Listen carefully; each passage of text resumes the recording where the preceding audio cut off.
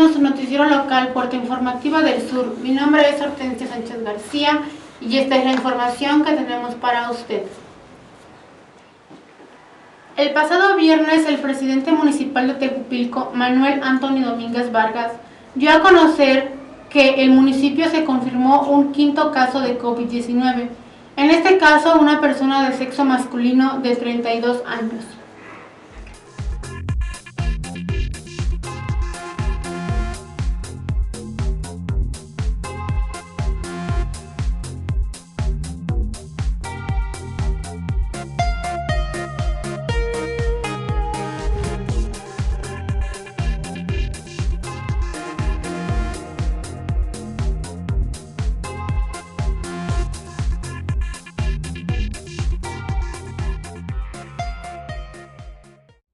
Buenas tardes a todas y a todos, amigas, amigos de Tejupilco. Nos encontramos aquí en la presidencia municipal, la Casa del Pueblo, donde honrosamente estamos aquí gracias a todos ustedes, haciendo nuestro mayor esfuerzo para cumplir más compromisos y sobre todo brindar resultados palpables, que sean visibles, que se puedan ver, tocar y sentir. Y estamos aquí haciendo un análisis con el director de promoción a la salud de este gobierno municipal, el doctor Damián Basurto, a quien le agradezco a él y a su equipo de trabajo, a médicos, enfermeras, a jóvenes que están en la dirección de promoción a la salud por el esfuerzo que están haciendo, por el servicio que están brindando para combatir esta pandemia que es el COVID-19. Informarles que al día de hoy, viernes 22 de mayo, tenemos 5 casos confirmados de coronavirus en Tejupilco. De estos 5 casos confirmados, ya 2 decesos, lamentablemente. El día de ayer se confirmó el quinto caso. Una persona de sexo masculino de 32 años de edad que reside en el municipio de Tejupilco, aquí en la cabecera municipal, y que trabaja en el municipio de Lubianos, pero reside aquí en Tejupilco. Este caso del joven de 32 años refiere que él pues ha tenido viajes constantemente al Valle de México, a la ciudad de Toluca, y es muy posiblemente que allá se haya contagiado de COVID-19. Ya con él tenemos 5 casos confirmados de coronavirus, tenemos cerca de 40 casos sospechosos hoy en día, y quiero reiterar de verdad nuestra gratitud a todos los médicos, a las enfermeras, a los trabajadores del Hospital General que están atendiendo a pacientes de otros municipios de la región del sur del Estado de México, a todos los trabajadores de la salud por dar la vida, por exponerse y por ayudar a sanar y a curar a las personas. También a los trabajadores de la jurisdicción sanitaria, nuestra gratitud. Invitar a la población y a todo el público en general de que hoy, en estos momentos difíciles, seamos muy agradecidos, muy solidarios y muy respetuosos con los médicos y las enfermeras. Que seamos muy comprensivos de la presión, de la carga de trabajo que tienen y de lo que hacen por salvar la vida de los demás. Y reiterar que el coronavirus pues es una enfermedad real, que no es ninguna mentira. Lamentablemente algunas personas siguen sin creer en el coronavirus, piensan que es una mentira del gobierno, otros dicen que es un invento de Estados Unidos, otros dicen que es un invento de los chinos, otros que es una venganza de Perú, otros que es una enfermedad de los ricos. En fin, hay muchas versiones. Tristemente, la ignorancia es la que más nos puede dañar en esta situación tan vulnerable. Hay que seguir cuidando a los adultos mayores, que no salgan.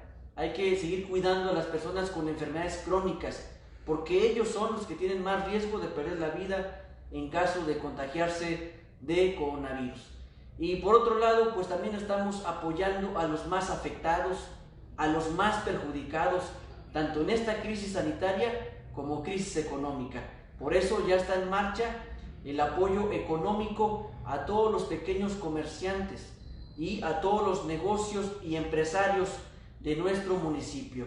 Se aprobó la condonación de impuestos para ambulantes y para los comerciantes del mercado municipal. No van a pagar ningún peso de impuesto para apoyarles y que puedan salir adelante en esta crisis económica que se viene como efecto del coronavirus.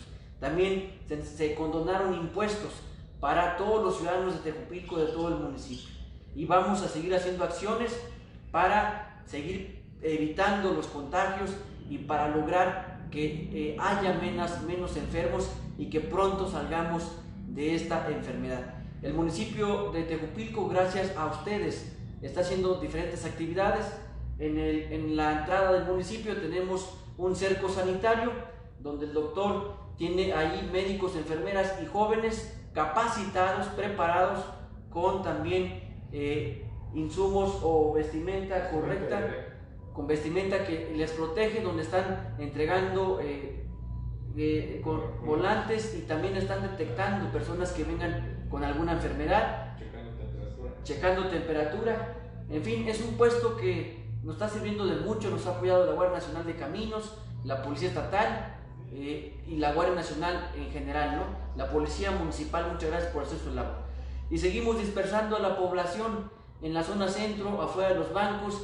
Seguimos clausurando o suspendiendo establecimientos que no respeten la cuarentena. Agradecemos a todos los comerciantes que se ajustan y que tienen sus medidas sanitarias y que nos ayudan a evitar contagios, y agradecer también a los comercios que expenden alimentos, porque están vendiendo sus alimentos para llevar o para entregar en el lugar, más no para comer en su establecimiento. Entonces, gracias al esfuerzo de todos los tejupilquenses, al sacrificio que hacen los comerciantes, los empresarios, los profesionistas, los transportistas, los campesinos, las amas de casa, las mujeres solteras, gracias al esfuerzo de todas y de todos, estamos superando esta pandemia. 5 casos confirmados, desafortunadamente 2 decesos aquí en el municipio, y con el esfuerzo de todos que estamos haciendo, esperemos que pronto acabemos con este trauma y este miedo que es el coronavirus. Si vamos bien, amigas y amigos tejupilquenses, seguramente el 1 de junio regresamos a las actividades normales.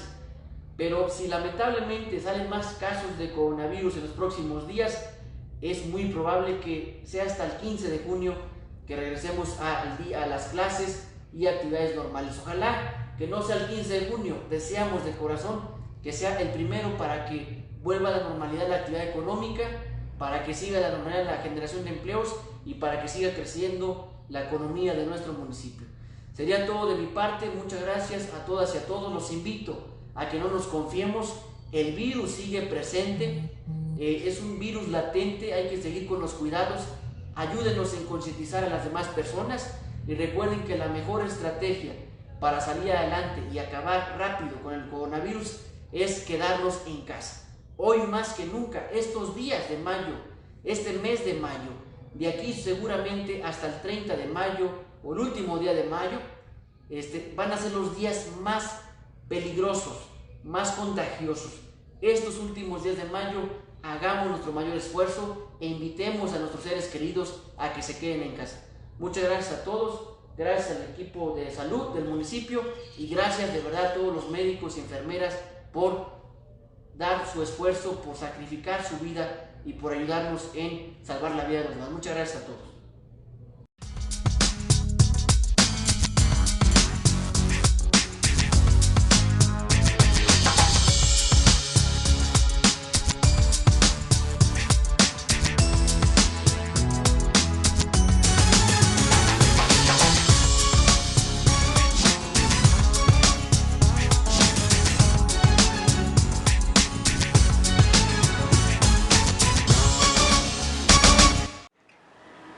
El Centro Cultural de Tejupilco en redes sociales da a conocer a la actriz y maestra de teatro Sandra Truley, quien es especialista en teatro en atril, interpretación de textos, con una lectura del libro Felipe y su música, de la autora María Eugenia Levnas y editado por el Consejo Editorial de la Administración Pública Estatal, CEAPE.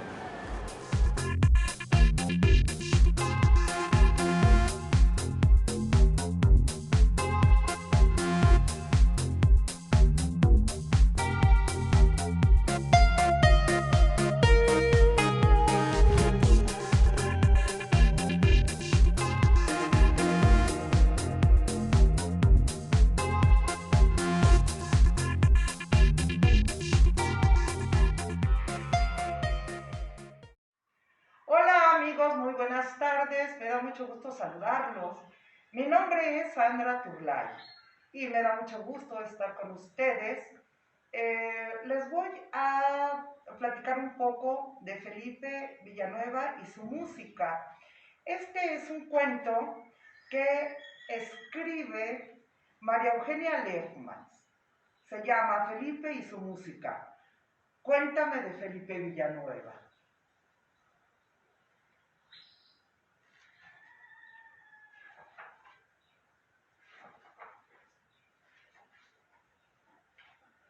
Te cuento que Felipe de Jesús Villanueva Gutiérrez es nativo del municipio de Tecámac. Cuando nació, pasaba por la puerta de su casa una sonora banda de viento, invitando al pueblo a reunirse en el jardín. Era el 5 de febrero de 1862. Felipe formó parte de una familia de 11 hermanos. Él fue de los menores. El mayor, José Luis, ya era violinista.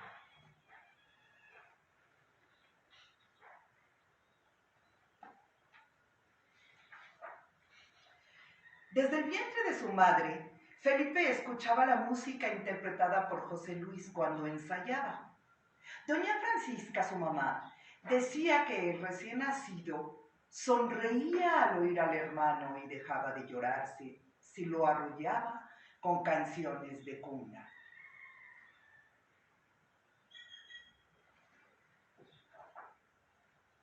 A medida que iba creciendo, sus padres notaron que la música ejercía una influencia especial en Felipe, aunque era muy travieso y se salía a la calle para jugar a los encantados o al burro fleteado.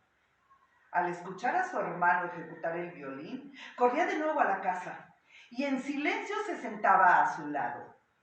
Doña Francisca veía a su hijito con ternura, mientras su esposo don Zenón, enojado por la llegada de Maximiliano de Habsburgo a México, bebía un té de flores de tila y azares para tranquilizarse.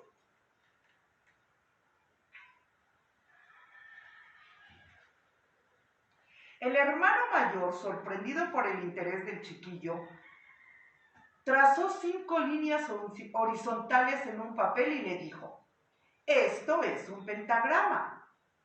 Luego fue dibujando las notas, una sobre las líneas y otras en los espacios.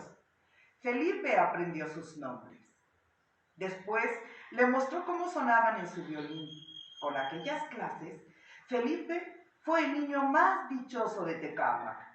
Repetía constantemente las melodías y las asociaba a las notas que aprendía. Cuando su hermano se iba con sus amigos o a saludar a la novia, él pedía prestado el instrumento para practicar lo que José Luis le había enseñado.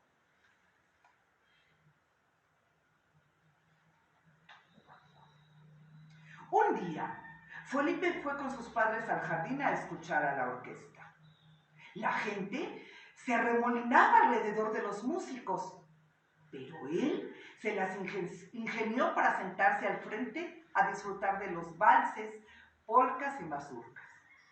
Don Zenón vio al pequeño aplaudir con entusiasmo. Su niño estaba tan atento e interesado que se conmovió. A partir de aquella tarde, se propuso ayudarlo a ser un buen músico. Camino a la iglesia, donde los esperaba su primo José del Carmen, quien era el organista de la parroquia de Tecámac, la gente del pueblo detenía a su padre, el presidente del municipio, para preguntarle si había tenido noticias de la capital. Se rumoraba que en Francia había retirado sus tropas del país y que vieron a don Benito Juárez entrar a la Ciudad de México. Don Zenón respondía que recibió un correo donde le avisaron lo sucedido y que muy pronto habría cambios. Don Benito Juárez sería electo presidente.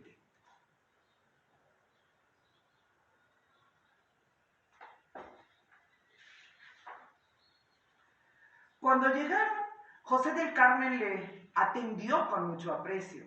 Le enseñó al niño dónde estaba el do central y las demás notas. Le colocó sus manos sobre las teclas y quedó impresionado ante la facilidad que tenía su primo para la música. Después de tocar en el órgano una melodía, le dijo al pequeño: a ver, es tu turno, repite lo que yo toqué. Felipe, jugando con los sonidos, repitió en el teclado lo que el maestro interpretó. El resultado agradó al organista.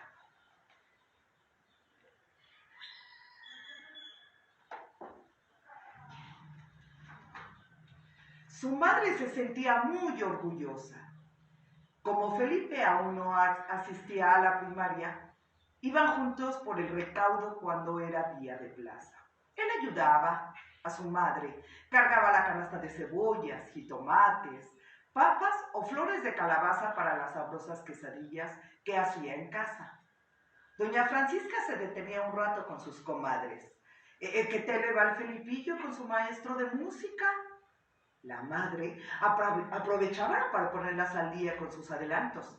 Imagínense, ahora escucha a los de la orquesta interpretar sus piezas y luego se va a la iglesia. Allí se queda horas practicando en el órgano o el armonio hasta que la saca.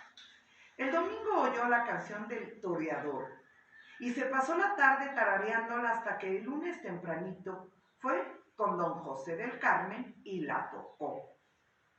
Solo un pedacito, mamá, dijo el niño, deseoso de alejarse de las amigas de su madre.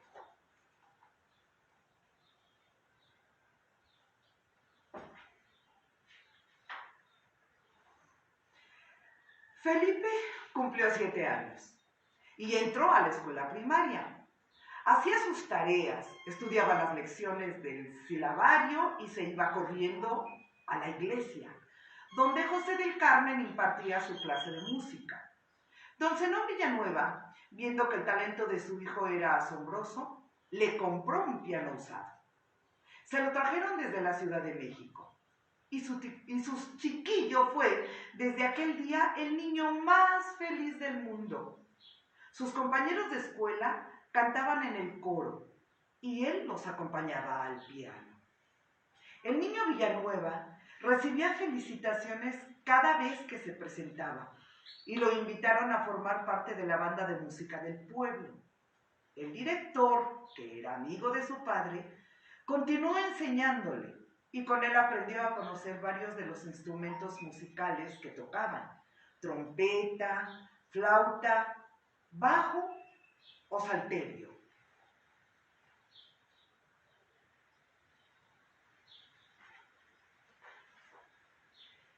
Él había terminado la primaria, que en aquella época era de pocos años, y comenzó a trabajar de músico en la banda visitando los pueblos cercanos. También componía, y con solo 10 años de edad escribió una cantata titulada El retrato del benemérito cura Hidalgo, para ejecutarse en el aniversario de la independencia.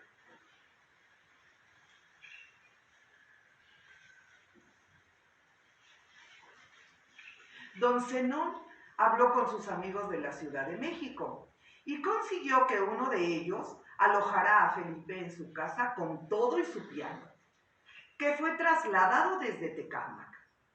Lo matricularon en la escuela. Sin embargo, al no darle validez a sus estudios anteriores, tuvo que repetir toda la primaria.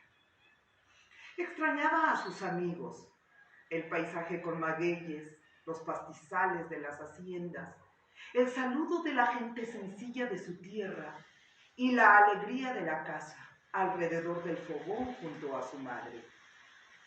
Lo único que lo consoló de la lejanía del terruño y la familia fue que también lo inscribieron en el Conservatorio Nacional de Música. Por esos días compuso una fantasía para piano y violín o flauta titulada No más llorar.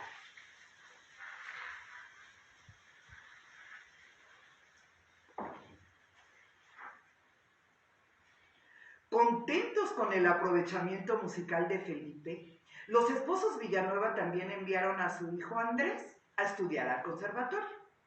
Pero al finalizar el curso sin razón aparente, los dos fueron dados de baja. Esto entristeció a los muchachos y a sus padres. Don Zenón trató de ayudarlos, mas fue imposible conseguir que los recibieran de nuevo. Andrés, decepcionado, decidió regresar a Tecámac. Felipe, quien deseaba avanzar en sus estudios e insistía en ser músico, se quedó en la Ciudad de México. Su padre lo llevó con un compositor y pianista que le recomendaron para que le diera a su hijo alojamiento, además de la instrucción.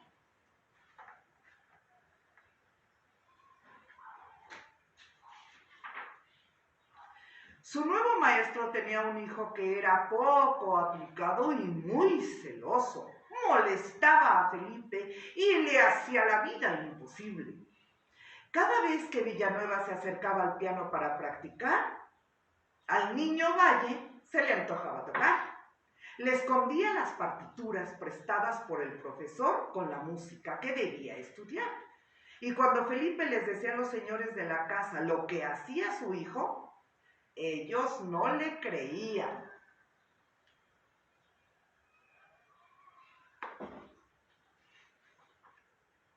Se sintió tan mal con aquella familia que prefirió volver a Tecámac con sus padres y hermanos. Ay, no quería saber nada de la Ciudad de México. Se había propuesto olvidar los malos ratos que allí experimentó y parecía estar a gusto en su pueblo.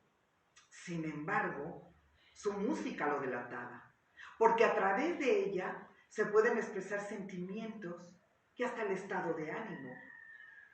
Hacía largas y solitarias caminatas alrededor de la laguna y volvía a su casa, en donde lo esperaba el viejo y agradecido piano. En él practicaba las partituras que había traído o componía algunas canciones populares. Su antiguo maestro supo que había regresado a Tecámac y lo invitó a tocar de nuevo en su orquesta, como violinista. Además, le siguió enseñando todo lo que pudo. Don Zenón confiaba en el talento de su hijo.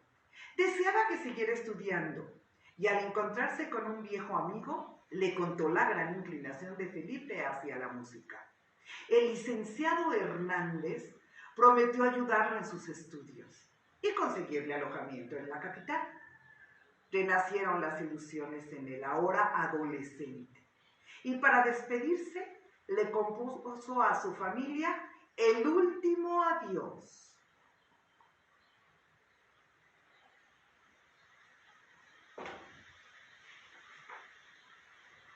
Ay, Felipe no tenía dinero para pagar clases particulares, ni tampoco para comprar el papel pautado donde se escriben las notas. Muchas de sus composiciones estaban grabadas en su mente. El licenciado Hernández lo recomendó para dar unas clases y un año después, otro conocido le consiguió un trabajo como violinista en la orquesta del Teatro Hidalgo. Tenía entonces 14 años. Ya empezaba a ganar dinero para tocar el violín y seguía componiendo, para lo cual prefería usar el piano.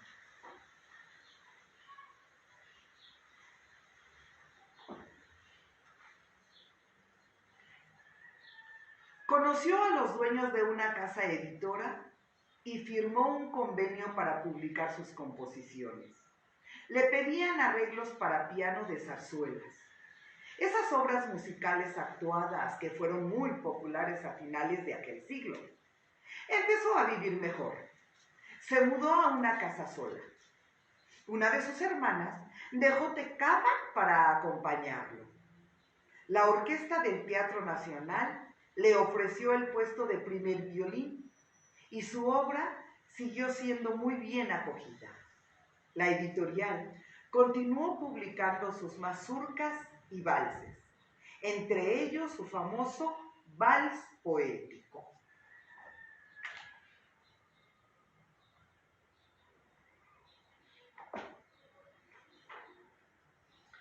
Para 1883, con tan solo 21 años, decidió dedicarse por completo a la composición.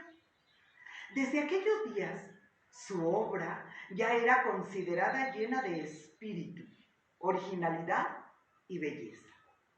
Los críticos opinaban que Felipe Villanueva era uno de los mejores músicos y a pesar de su corta edad, llegó a ocupar un lugar prominente entre los compositores mexicanos.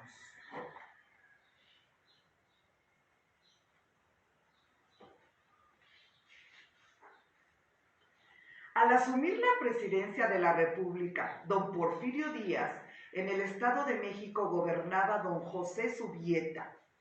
Felipe Villanueva gozaba de gran prestigio, tenía muchos amigos, algunos de ellos excelentes músicos. Se reunían en los mejores salones con los más afamados artistas, escritores y poetas de la época. Para finales del siglo XIX, Villanueva era un compositor consagrado. Su música se interpretaba en los conciertos y él era el invitado de honor en las reuniones de los admiradores del arte.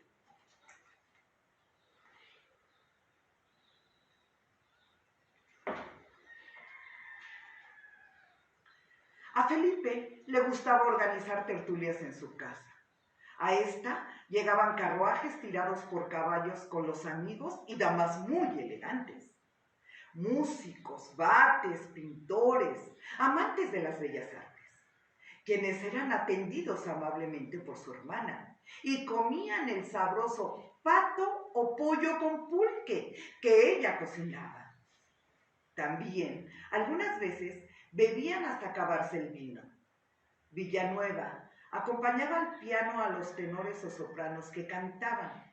Todos aplaudían y los sorprendía al anochecer escuchándolo interpretar todas sus composiciones, que variaban según su estado de ánimo, danzas humorísticas, nocturnos o lamentos.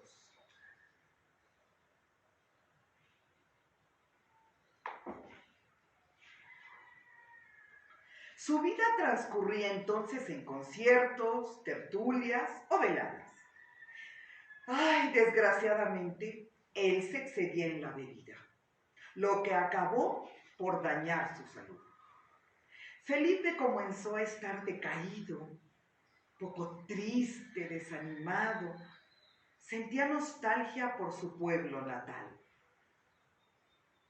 Dejó la Ciudad de México y volvió a Tecámac. Allí disfrutaba de la atención que su familia se esmeraba en brindarle. Una fría y airosa tarde, después de dormir una larga siesta, despertó y salió a la calle sin abrigarse. Se enfermó y a los 3 días, con tan solo 31 años de edad, perdió la vida. Una noche del domingo 28 de mayo de 1893, acabada de componer la polca Un recuerdo.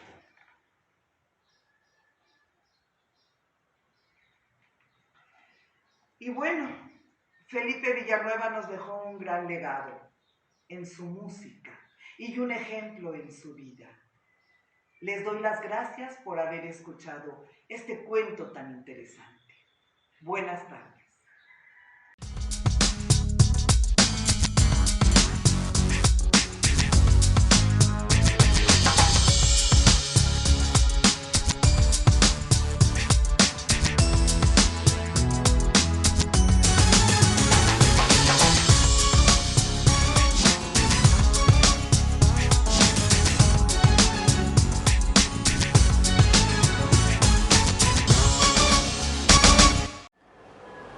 Debido a la cuarentena presentada por el coronavirus, la Escuela Normal de Tejupilco, a través del Departamento de Promoción y Divulgación Cultural, en su programación cívica presenta, a través de redes sociales, en voz de la alumna Vanessa Santín Santos, las efemérides correspondientes a la semana del 25 al 31 de mayo.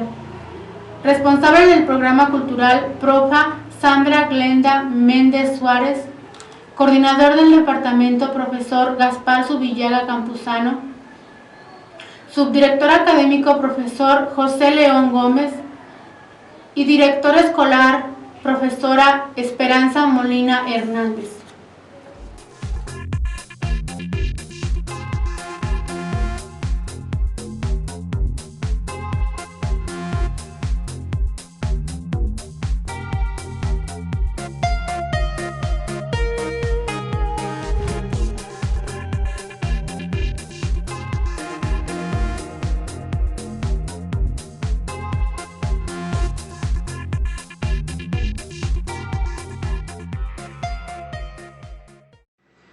Efemérides de la semana del 25 al 31 de mayo. 25 de mayo de 1911. La Cámara de Diputados acepta la renuncia de Porfirio Díaz como presidente de México. 26 de mayo de 1910. Se expide el decreto que crea la Universidad Nacional, impulsado por Justo Sierra Méndez, entonces secretario de Instrucción Pública. 26 de mayo de 1977. El Palacio de Lecumberri se nombra como nueva sede del Archivo General de la Nación. 27 de mayo de 1812. Se publica en Sultepec el primer número del periódico insurgente El Ilustrador Americano. 28 de mayo de 1893. Muere el músico Felipe Villanueva, compositor, pianista y violinista de gran talento. En 1887 funda el Instituto Musical de México. 28 de mayo de 1942. México declara la guerra a las potencias del Eje en la Segunda Guerra Mundial. 29 de mayo de 1821. El teniente coronel Antonio López de Santa Anna se apodera de Jalapa con el Plan de Iguala, que declaraba la independencia de México. 29 de mayo de 1959. Muere Rafael Ramírez Castañeda, impulsor de la escuela rural y creador de programas docentes para niños y adultos del campo. 31 de mayo de 1850. Muere Mariano Otero, político y escritor de ideas liberales, promotor del juicio de amparo. 31 de mayo de 1911. El expresidente Porfirio Díaz parte de Veracruz hacia Francia, a bordo del Ipiranga. 31 de mayo, Día Mundial sin Tabaco. Gracias.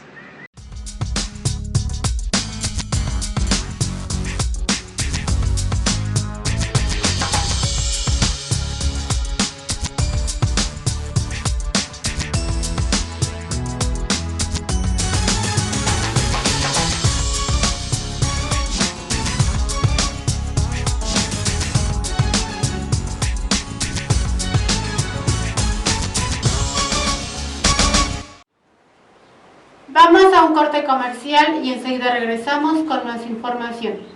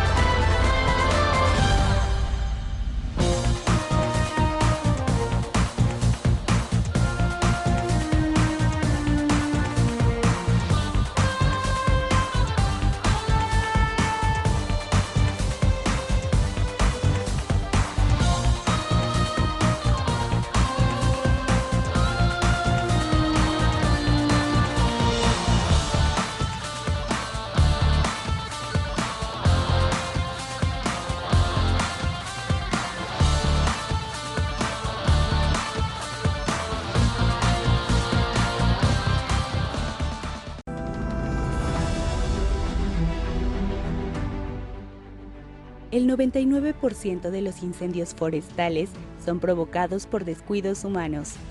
Si visitas los bosques del Estado de México, en familia o con amigos, apaga bien tus fogatas. No quemes ni dejes basura y no tires colillas de cigarro.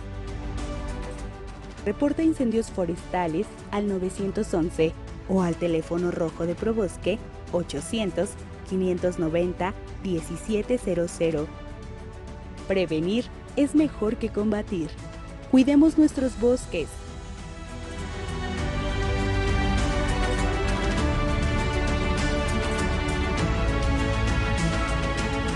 Edomex. Decisiones firmes. Resultados fuertes.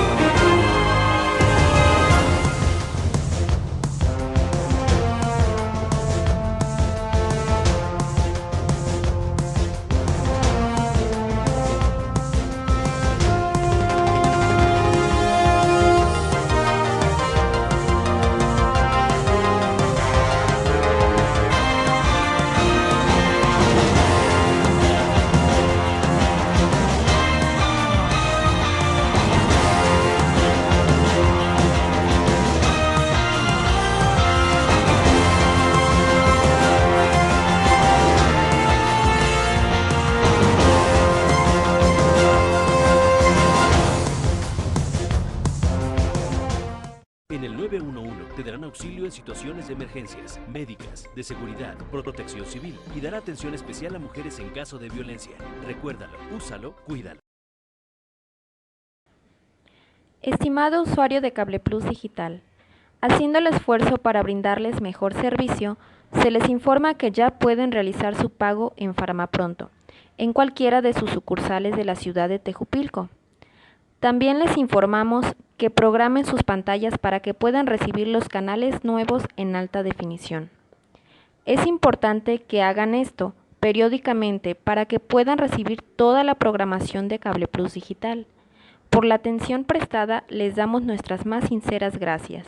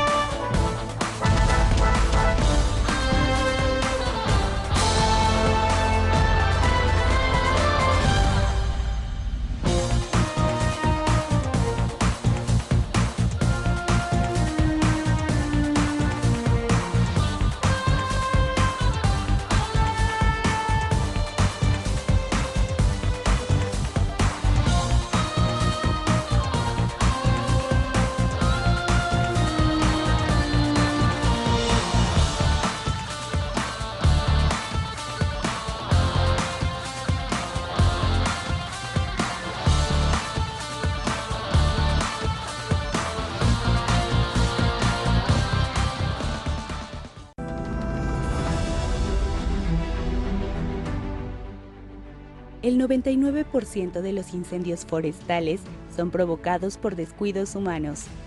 Si visitas los bosques del Estado de México, en familia o con amigos, apaga bien tus fogatas. No quemes ni dejes basura y no tires colillas de cigarro. Reporta incendios forestales al 911 o al teléfono rojo de Probosque 800-590-1700. Prevenir es mejor que combatir. Cuidemos nuestros bosques.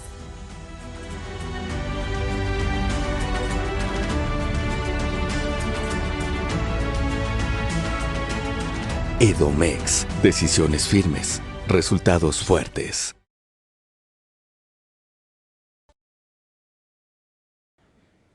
Estimado usuario de Cable Plus Digital, haciendo el esfuerzo para brindarles mejor servicio, se les informa que ya pueden realizar su pago en Farmapronto, en cualquiera de sus sucursales de la ciudad de Tejupilco.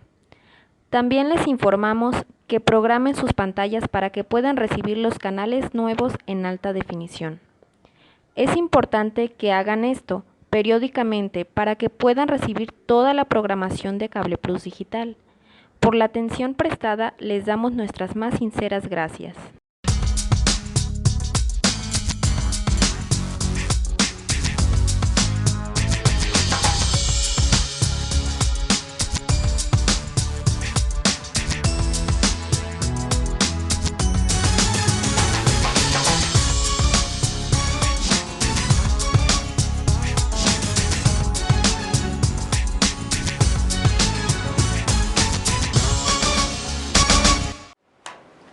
Gracias por continuar con nosotros. Seguimos con la información.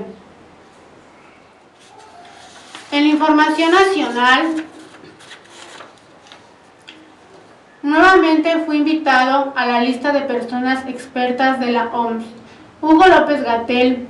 Hugo López Gatell, subsecretario de Prevención y Promoción de la Salud, explicó que anteriormente había sido considerado por la Organización Mundial de la Salud en 2013. En su momento se pidió la anuncia al gobierno de México, pero por alguna razón no hubo entusiasmo en eso. Así lo da a conocer la agencia de noticias Notimex.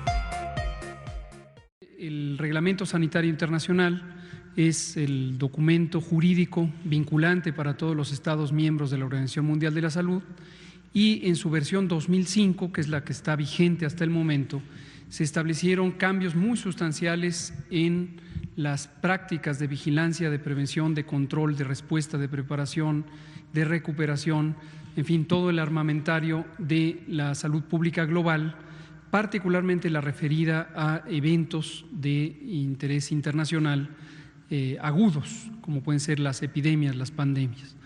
Y entre sus consideraciones, este reglamento considera que se debe establecer un grupo de personas expertas, y se llama así la lista de personas expertas, que representen a las distintas comunidades profesionales del mundo y que participen en los distintos procesos de reflexión, de análisis, en su momento también de examen de las respuestas que tienen tanto los países como la propia organización ante este tipo de fenómenos.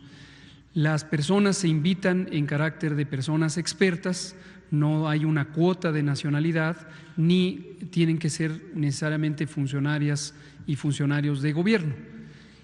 En el caso de lo que ocupa ahora es la invitación, ha sido dirigida al Gobierno de México para dar la anuencia de que el doctor Hugo López Gatell se integre a la lista de expertos internacionales en una capacidad específica que es epidemiología de las enfermedades infecciosas, que efectivamente es mi formación profesional. Había tenido el privilegio de haber sido considerado originalmente para esto en 2013, en su momento se pidió la anuencia al Gobierno de México y por alguna razón parece que no hubo entusiasmo al respecto. Ahora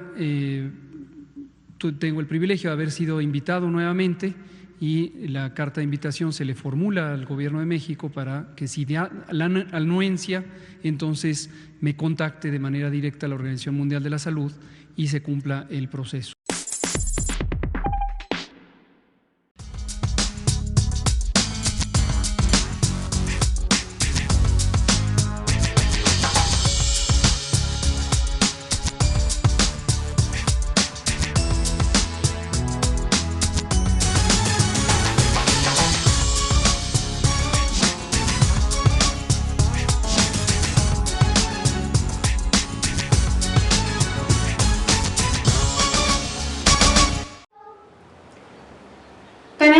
plan para crear 2 millones de empleos, AMLO.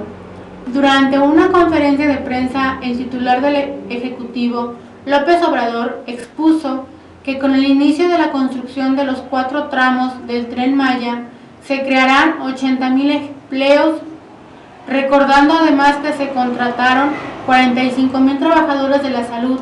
Así lo da a conocer la agencia de noticias Notimex.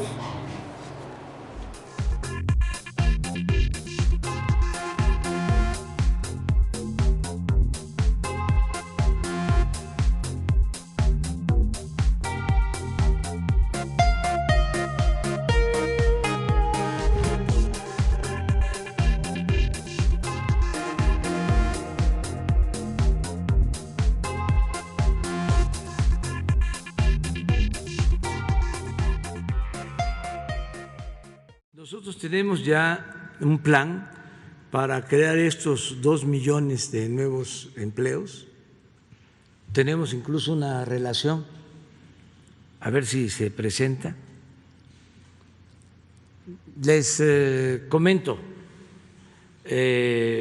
estoy ansioso, nada más que espero la autorización de las autoridades sanitarias, porque quiero ir ya a dar el banderazo para 4 tramos del Tren Maya. Y me interesa mucho el inicio de esa obra porque van a ser 80,000 empleos en los 4 tramos este año. Y así vamos sumando empleos. Por ejemplo, la pandemia nos obligó, y además era una necesidad, contratar médicos, enfermeras. Hemos contratado alrededor de 45,000 trabajadores de la salud. Esto tiene que ver con Roosevelt, con lo que hizo ese gran presidente de Estados Unidos que enfrentó el crack, la Gran Depresión. Era empleo pleno, así le llamaron. O sea, todos a trabajar. Estableció un mecanismo en donde se pagaba un salario mínimo a todos para llevar a cabo distintas actividades, y con esa estrategia sacó adelante la economía de Estados Unidos y logró la felicidad, el bienestar de su pueblo. Un gran presidente como Lincoln.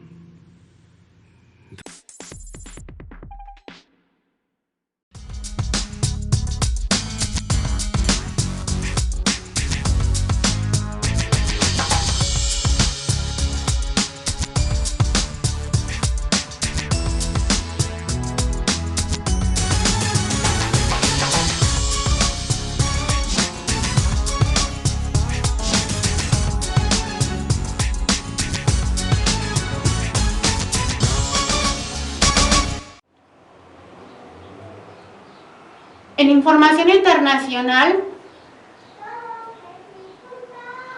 después de esquivar la muerte, una paciente de COVID-19 reaprende a vivir. Pensaba que iba a morir, había ratos que me ahogaba tanto que no reaccionaba. Musita con un hilo de voz María Rosario Fernández, una paciente española de COVID-19, que a sus 71 años tiene que aprender de nuevo a vivir. Así lo da a conocer la agencia de noticias AFP TV.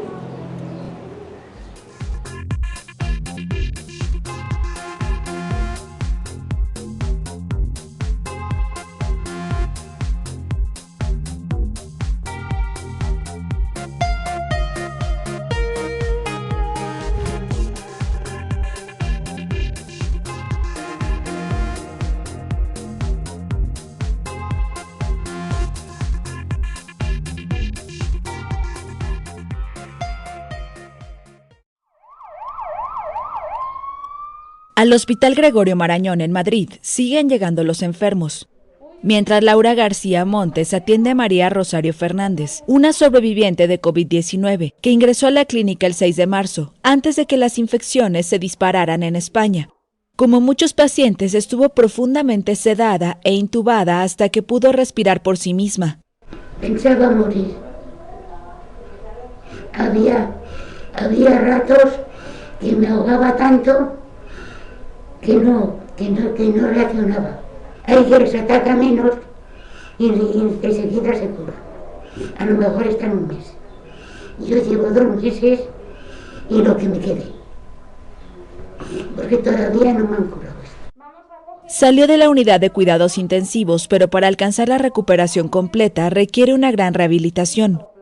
Las largas estancias en la unidad de cuidados intensivos dejan a los pacientes con secuelas como desgaste muscular, debilidad respiratoria y problemas cognitivos como dificultades para hablar, pérdida de memoria o ansiedad. Rosario ha progresado mucho, ya puede sentarse y empezar a comer. Son personas que al haber estado mucho tiempo inmovilizadas y ventiladas, muchos han tenido traqueotomía. Entonces eso les genera también complicaciones, muchas secreciones, el pulmón ha perdido un poquito esa función que tenía antes, entonces digamos que ahora les reenseñamos a respirar un poquito mejor. Con la rehabilitación se busca que los pacientes tengan la menor cantidad posible de secuelas. Nuestro objetivo es que luego vuelvan a su vida como era antes, aunque va a costar un poquito, es con trabajo. Queremos pues ponerles de pie, que aguanten sentados sin que se mareen o sin que se caigan. Es que ahora no me tengo de pie.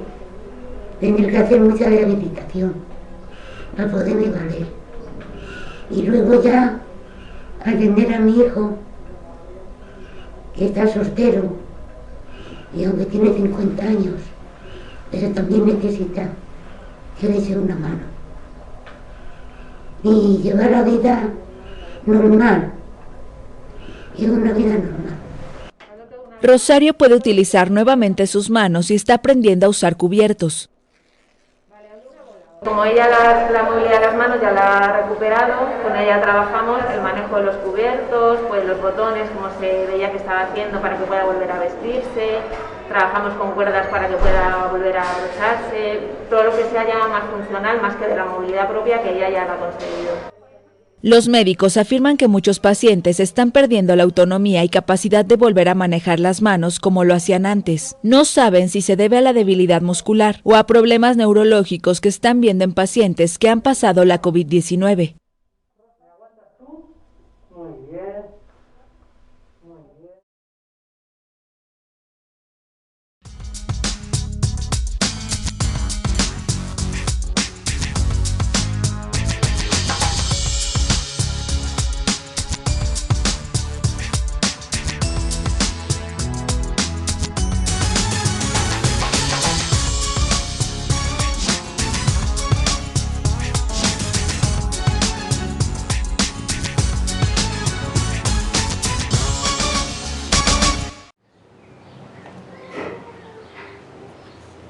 La doble batalla del joven alcalde de Sao Paulo contra el cáncer y el coronavirus.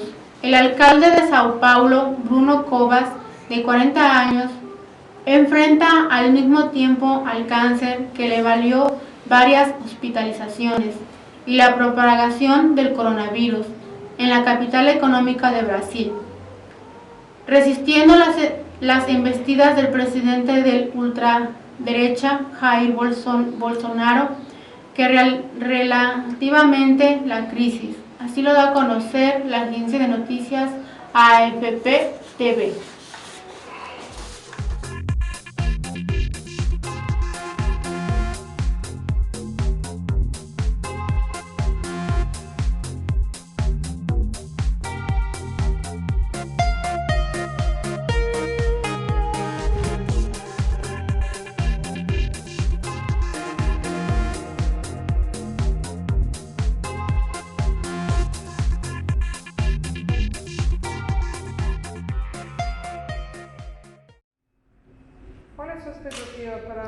El alcalde de Sao Paulo asegura que está disponible las 24 horas para atender la emergencia sanitaria de su ciudad de 12,2 millones de habitantes.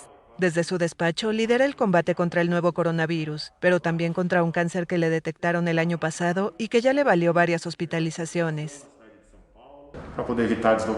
Para evitar desplazamientos estoy viviendo aquí en el ayuntamiento. En lugar de hacer home office, hago office home. Me mudé a mi lugar de trabajar para poder estar disponible las 24 horas, con el mínimo de desplazamientos posibles. Claro que visito hospitales, me reúno con el gobernador. Sigo teniendo una agenda afuera, pero evitando lo más posible los desplazamientos. El alcalde de 40 años dice estar preocupado por los efectos del discurso del presidente Jair Bolsonaro, que se opone a las medidas de confinamiento y se ha referido al coronavirus como una gripecita. Ves a un presidente que no está preocupado por el protocolo médico, pero quiere un decreto sobre el uso de cloroquina. Eso termina siendo muy perjudicial. El coronavirus ya dejó más de 3.000 muertos en Sao Paulo y unos 40.000 casos de contagio. Muchos se resisten a la cuarentena parcial decretada desde el 24 de marzo. De todas formas, el alcalde asegura que la ciudad está atravesando la crisis mejor que otras grandes metrópolis.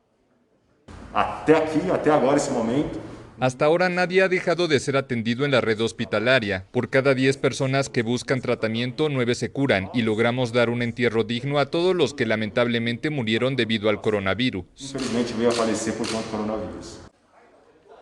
Pero el sistema de salud se acerca a su límite con un 88% de ocupación de las unidades de cuidados intensivos en la región metropolitana de Sao Paulo, según números oficiales. La alcaldía inauguró 2 hospitales de campaña que atienden en total a unos 2.500 pacientes de COVID-19 y ha incorporado cientos de plazas a los ya existentes. Ahora busca un acuerdo con los mayores hospitales privados para conseguir más cupos.